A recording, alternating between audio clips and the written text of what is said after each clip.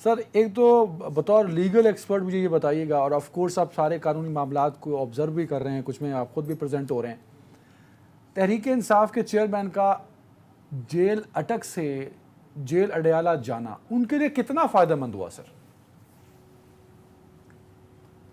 देखिए, उन्होंने ना तो अटक जेल में कोई पर्सनल कंप्लेंट की थी, ना ही उन्होंने अडयाला जेल में पर्सनल कंप्लेंट की है, सिवाय सिर्फ एक बात के सर कि उनको वॉक करने की इजाज़त दी जाए और उनको एक एक्सरसाइज मशीन दी जाए।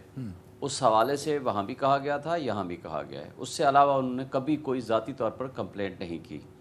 और दूसरी बात, यहाँ लाना इट्सेल्फ, जो वो पटिशन भी पहले हुई थी वो भी उनकी तरफ से तो नहीं थी, उनके बिहाफ पे किसी ने की थी, लेकिन उसके बावजूद उस वक्त सिचुएशन ये थी कि जो एक मुतासिब जज हुमायूं दिलावर ने वो फ़ैसला किया था, उसके अंदर उन्होंने फ़ैसला किया था कि इनको अडयाला जेल में रखा जाए। लेकिन फौरी तौर पर हमने अपील फ़ाइल कर दी, साथ ये पटिशन भी आ गई। तो चीफ साहब ने जब उनके पास केस लगा, उन्होंने कहा जी मैं 4 दिन में ज़मानत का फ़ैसला कर दूंगा, लेकिन वो 4 दिन के बजाय 25 दिन लगाए।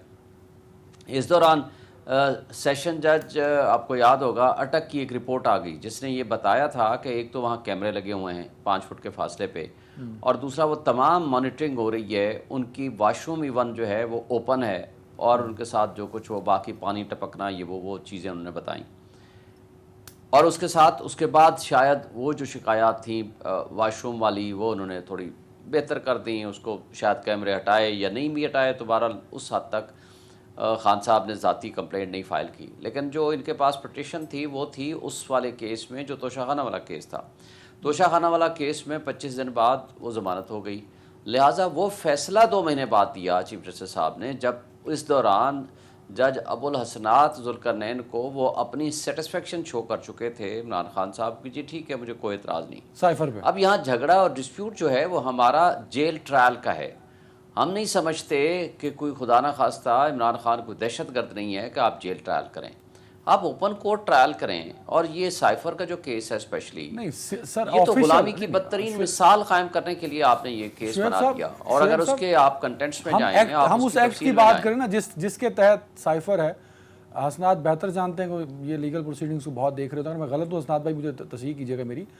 शुएब शाहीन साहब, वो जो केस है साइफर का वो ऑफिशियल सीक्रेट एक्ट के तहत आ रहा है ना, तो उसमें तो वो इन कैमरा को भी जस्टिफाई कर जाएंगे। आपको वाजे कर देता हूँ सर वाजे कर देता हूँ। पहली बात तो यह है कि जो हसनात ने कहा है मैं उससे बिलीव करता हूँ, और उसके साथ मैं बिल्कुल टोटली एग्री करता हूँ। रियासत का बयानिया, उन्होंने रियासत, असल में रियासत तो खैर बहुत बड़ी डेफिनेशन है आर्टिकल 7 में, और रियासत के सतून अदलिया भी है, रियासत का सतून जो है पार्लियामेंट भी है, रियासत का सतून जो है वो कम से कम वो रियासत नहीं है जिसको हम आज ज़ुमानी अल्फाज में रियासत बोलते हैं।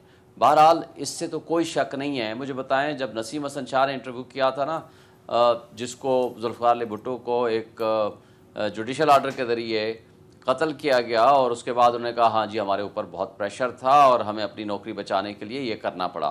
तो ये छोटे जज बेचारे वो क्या कर सकते हैं।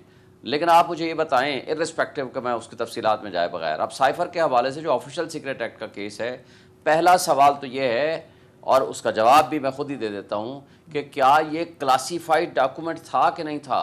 No, it was declassified by the cabinet which has been established and admitted. जो इमरान खान साहब की आखिरी मीटिंग हुई थी वो डीक्लासीफाई हो गए। जब डीक्लासीफाई हो गए तो ऑफिशियल सीक्रेट एक्ट में फॉल ही नहीं करते। नंबर 2, वो आज तक पब्लिश नहीं हुआ except publication by the intercept. Intercept भी अब वहाँ बाहर हुआ है, जिस पर आप लोगों ने खुशियां मनाई ना सर, पीटीआई वालों ने। अगर वो सुन लेना, सुन ले, मैं आपको जरा वाजे कर दूं, 1 मिनट दे दें सर।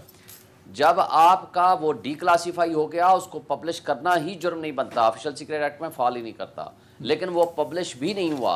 दूसरी बात, वो इंटरसेप्ट की जब स्टोरी आई है, हुकूमत पाकिस्तान या वो तबके जो समझते हैं कि ऑफिशियल सीक्रेट एक्ट में आता है, वहाँ मुकदमा करें, उनको बताएं कि ये जो कुछ कहा जा रहा है ये गलत है। पब्लिकेशन आ चुकी है। नंबर 3, और उसने जो सोर्स बताया है वो आर्मी के ऑफिशियल्स का सोर्स बताया है, और वहाँ उस इदारे को ये भी वहाँ साबित करना है कि जो कुछ ये कह रहा है वो गलत कह रहा है।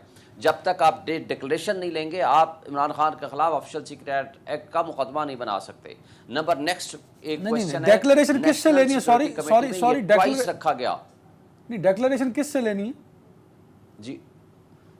डेक्लेरेशन कोर्ट ऑफ लॉ से आपको लेनी पड़ेगी कि ये जो कंटेंट्स हैं इस साइफर के ये गलत हैं, और अगर गलत हैं तो क्यों गलत हैं। नंबर अच्छा, 2, बिल्कुल ये ठीक, जो बिल्कुल सोर्स ठीक। बता रहे हैं मैं जिसका आता हूं वो इस पे, सोर्स मैं आता हूं। गलत नसीम है, सदीकी साहब। वो सोर्स दुरुस्त नहीं है।